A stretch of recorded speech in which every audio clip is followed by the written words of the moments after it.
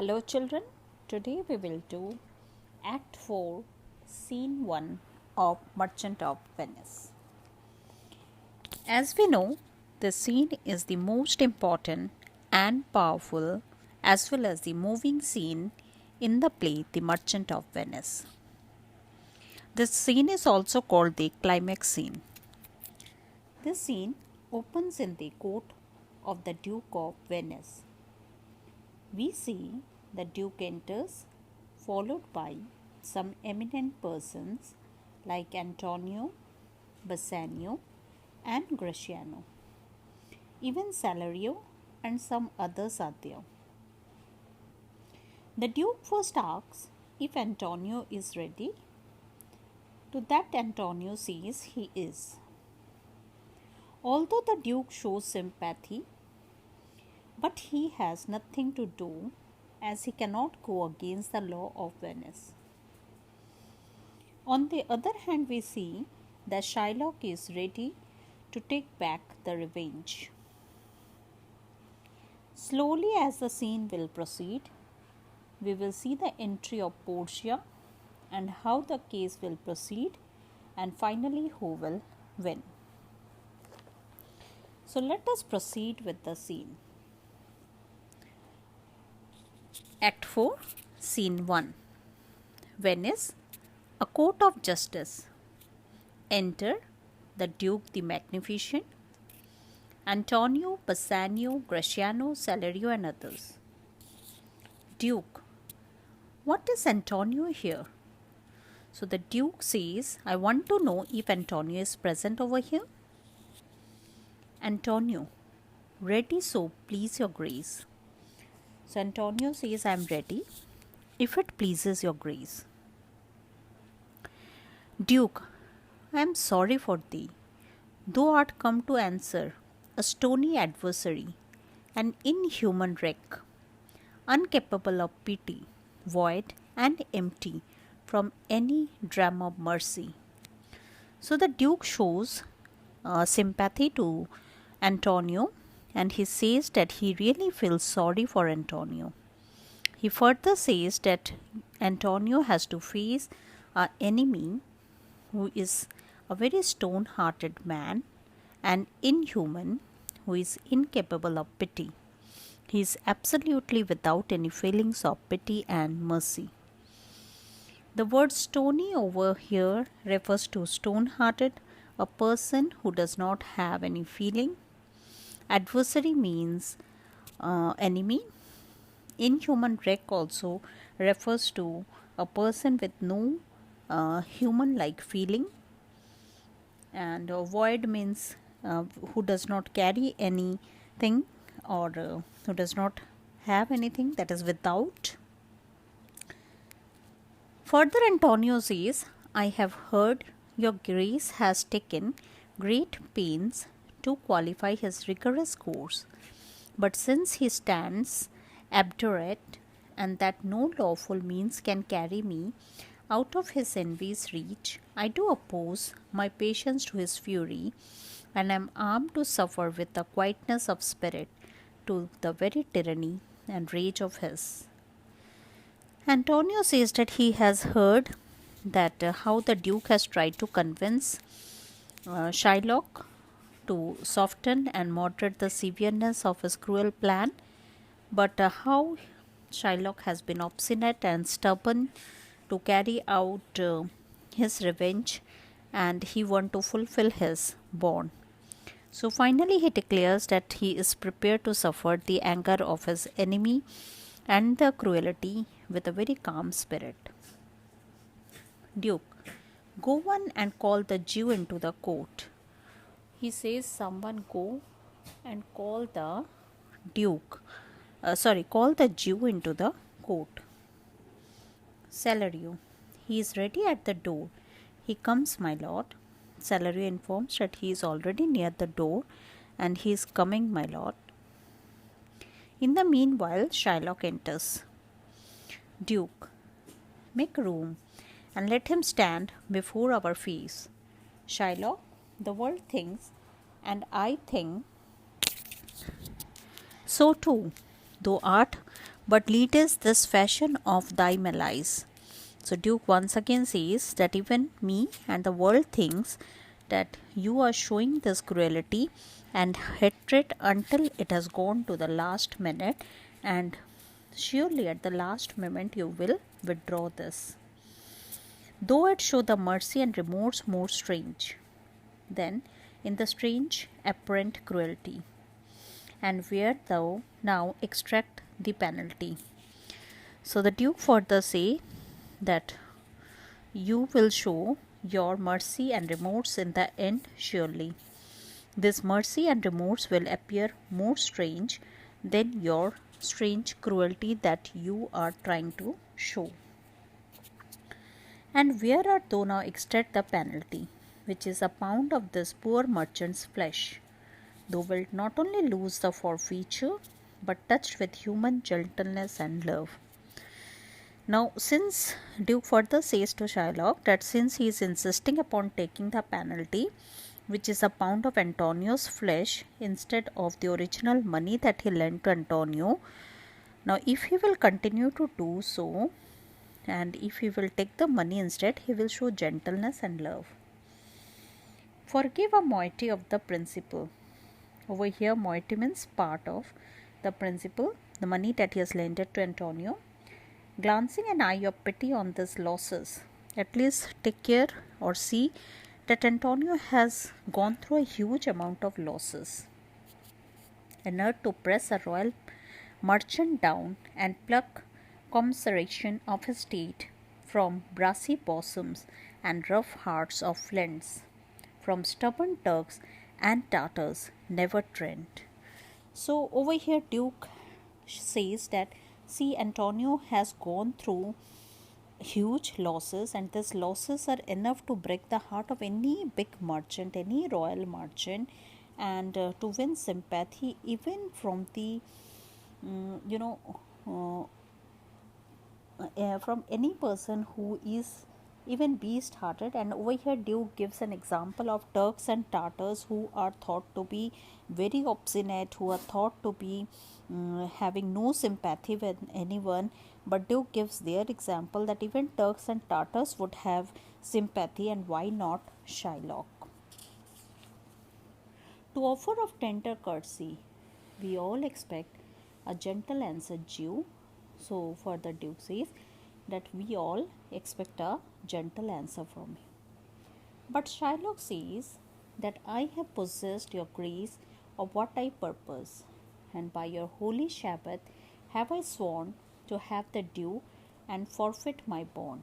But Shylock is very adamant over here, and he says that he has already declared what he wants. He does not want the money, and he wants the forfeiture of the bond.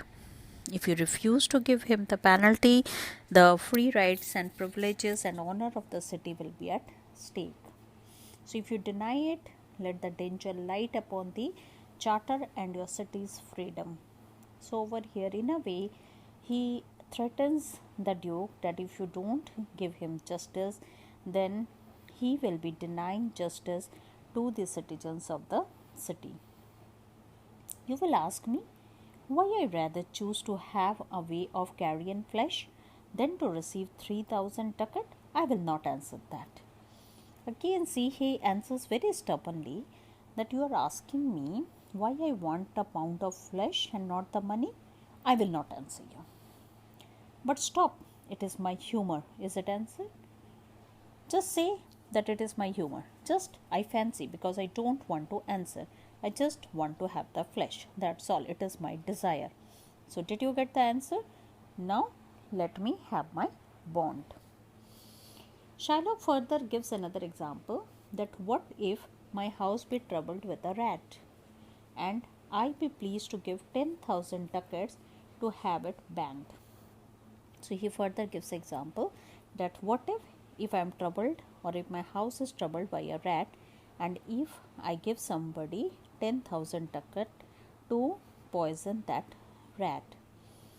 What are your answers yet? Some men are here that love not a gaping pig, some that are mad if they behold a cat, and others when the bagpipers sing its nose. So he says that there are certain people who does not like certain things. Like some people doesn't like a gaping pig, that is a pig on their table, or some people does not like a cat. There are certain other people who does not like the music of the bagpiper.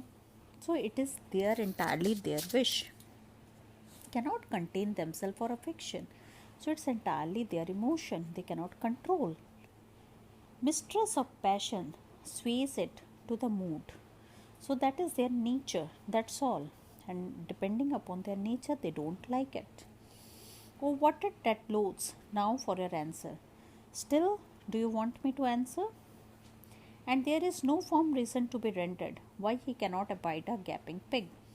They cannot give you exact reason why a person doesn't like a gaping pig or a cat or a bagpiper's music, must yield to such an inevitable shame as to offend himself being offended. So there is no particular reason why a person or there cannot be any strong reason for such an attitude towards why they don't like particular thing. So Shylock tries to justify himself that why he does not like Antonio. This person, as he gives the example of a gaping pig, cat, or the bagpiper's music. He says that those persons have no strong reason for such an attitude and they have to put up with the shame of giving strong expression to their feeling of dislike because these things irritate them or annoys them. So can I give no reason, nor I will not. So similarly, I will not give you any reason, nor I will not. And he is determined that he will not give any reason. More than a lodged hate and a certain loathing. And more of it that I just don't like Antonio. Over here, loathing means quoting, that is, he has a deep hatred for Antonio. I bear Antonio that I follow thus. Losing suit against him. Are you answered? So he further says that I have a deep loathing against Antonio and I have a permanent hatred against him.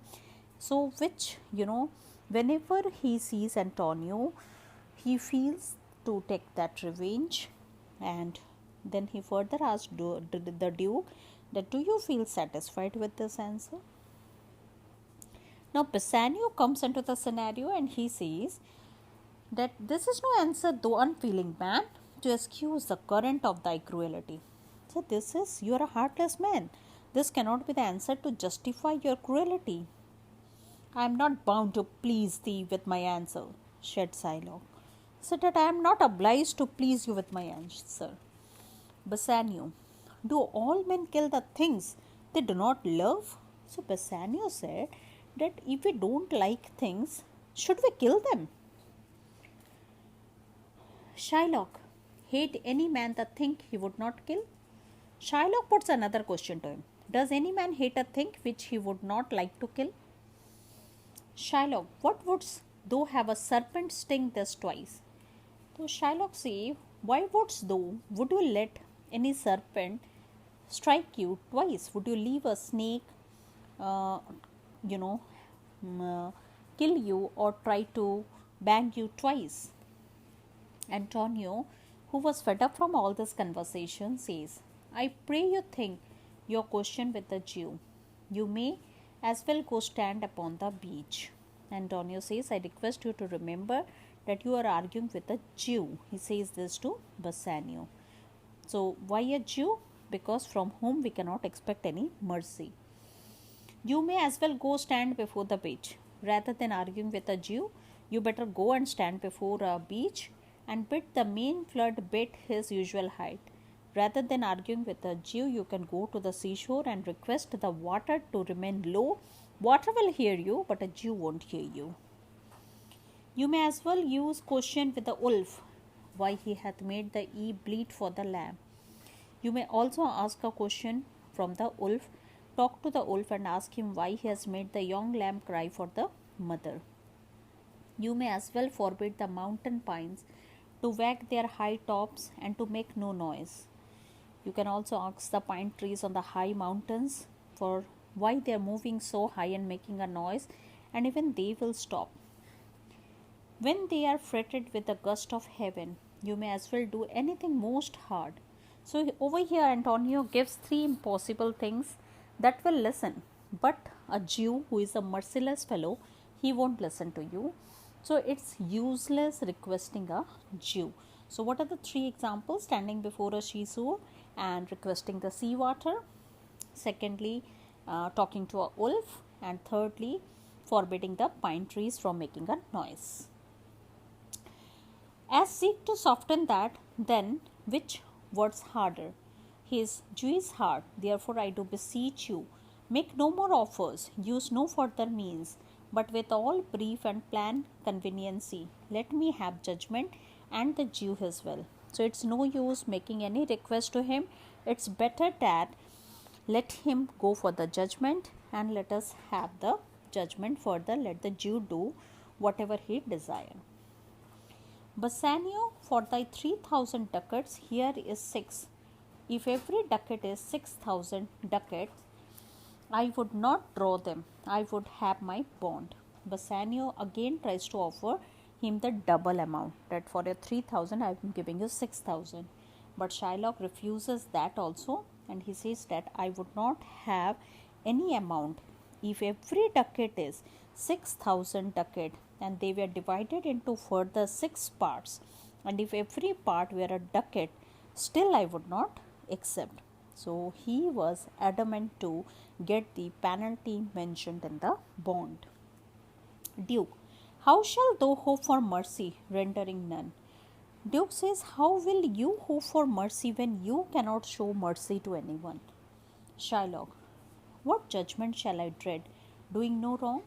You have amongst you many a purchased slave, which, like your asses and your dogs and mules, you use in abject and in slavish parts, because you bought them.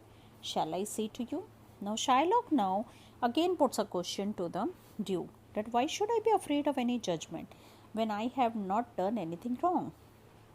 You possess many slaves whom you have bought with money. You employ them let them do many jobs, and they are doing it humbly and laboriously throughout the day night. You use them as you use your donkeys, your dogs or mules, because you have paid money for them. If I tell you, let them be free, many of them to your hires. If I tell you that set them free and marry them to your children, you sweat they under burthens. Can I ask you why they are working so hard and sweating for you for their hard works?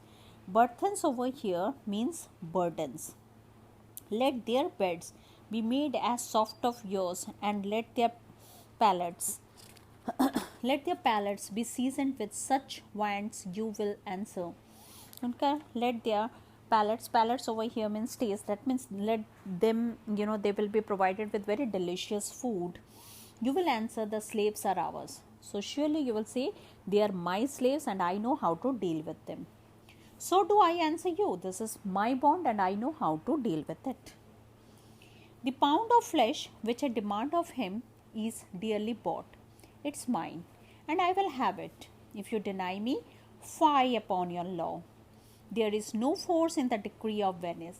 I stand for judgment, answer, shall I have it? So he says that this pound of flesh, I have bought it, I have purchased it from Antonio, and I shall have it. No law in Venice can forbid me. So I am waiting for justice, and let me have my justice.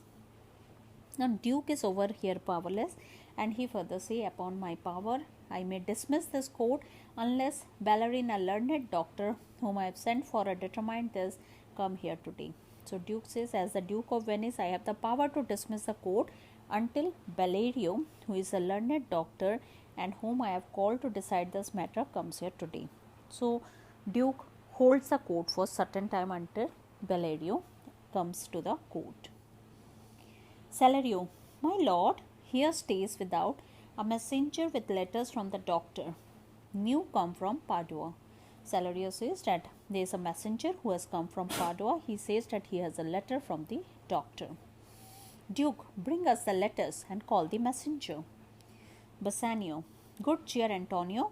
What man courage yet? The Jew shall have my flesh, blood, bones, and all, ere to shalt lose for one drop of blood. Now Bassanio tried to console Antonio that be cheerful, Antonio, and have courage. I will not let you lose anything. The Jew shall have my flesh, blood, bones, and everything. I will give everything. I will not let you lose even one drop of blood.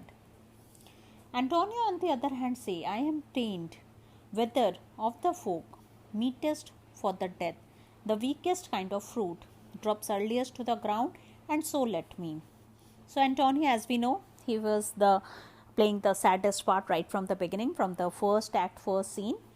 So he says that I am like a diseased sheep in the herd and hence fittest to die.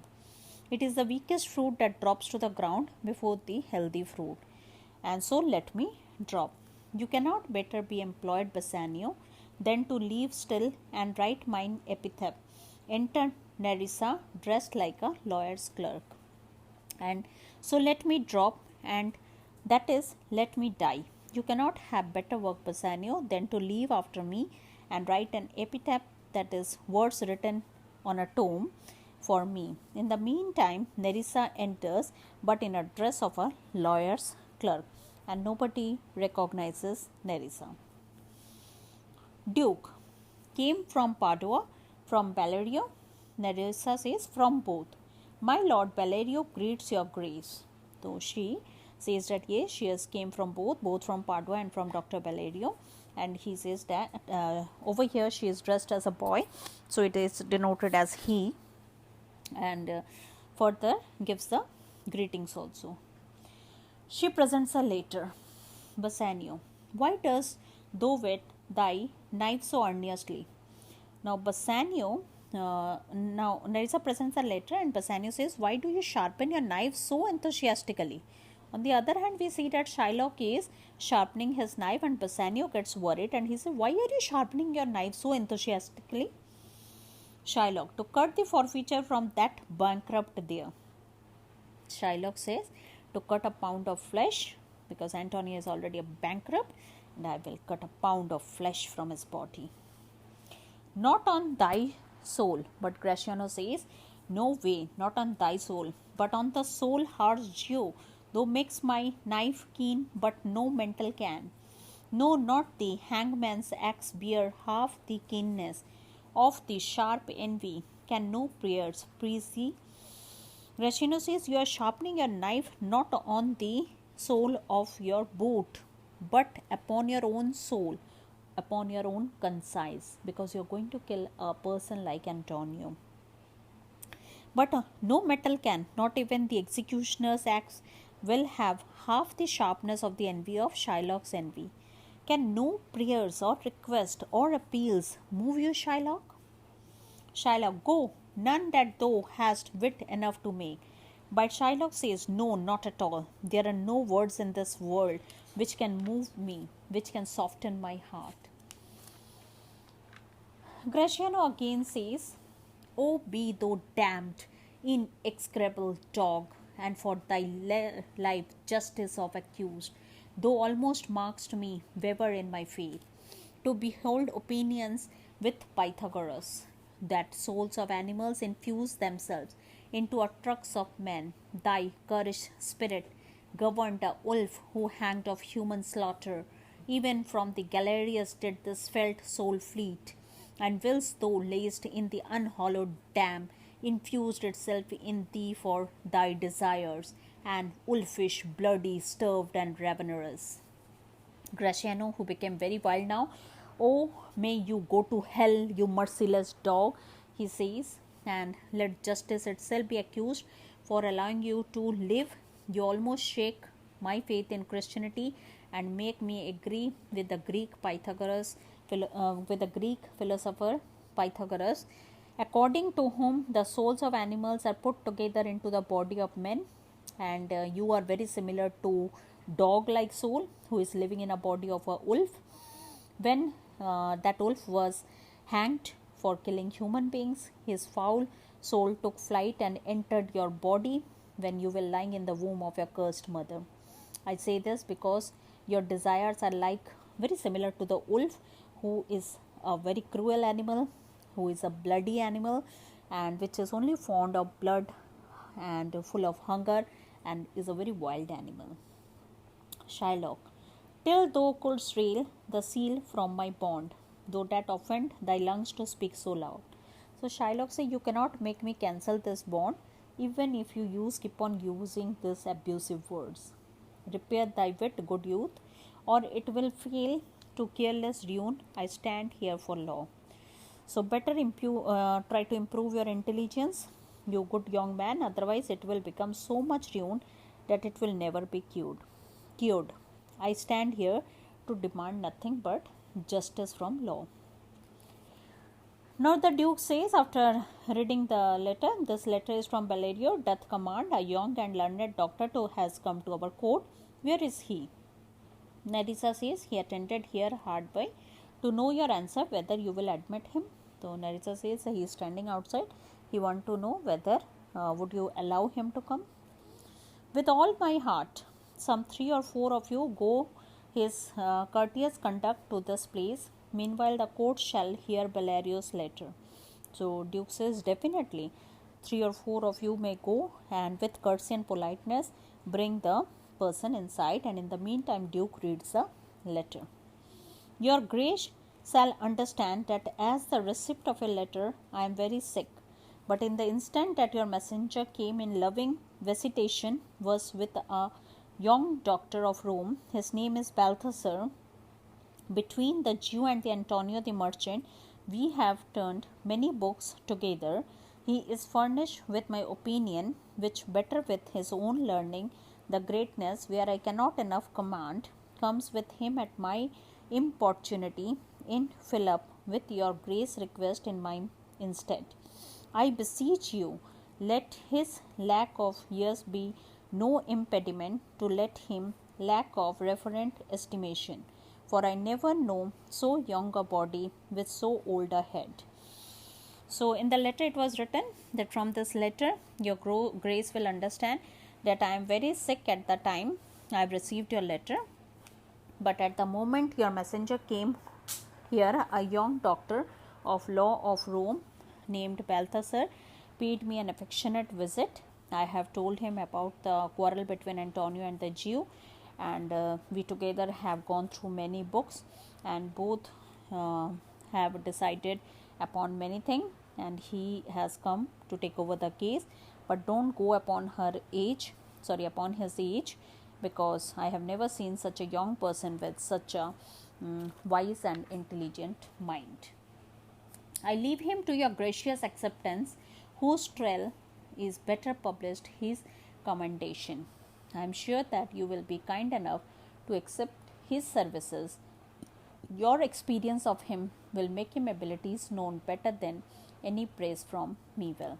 So here we see that finally the Duke gives permission to Portia as Balthasar to carry forward the case, and from here we will see how Portia will take over the case and Antonio will be relieved finally at the end of the scene, which we will proceed in our next part. Thank you.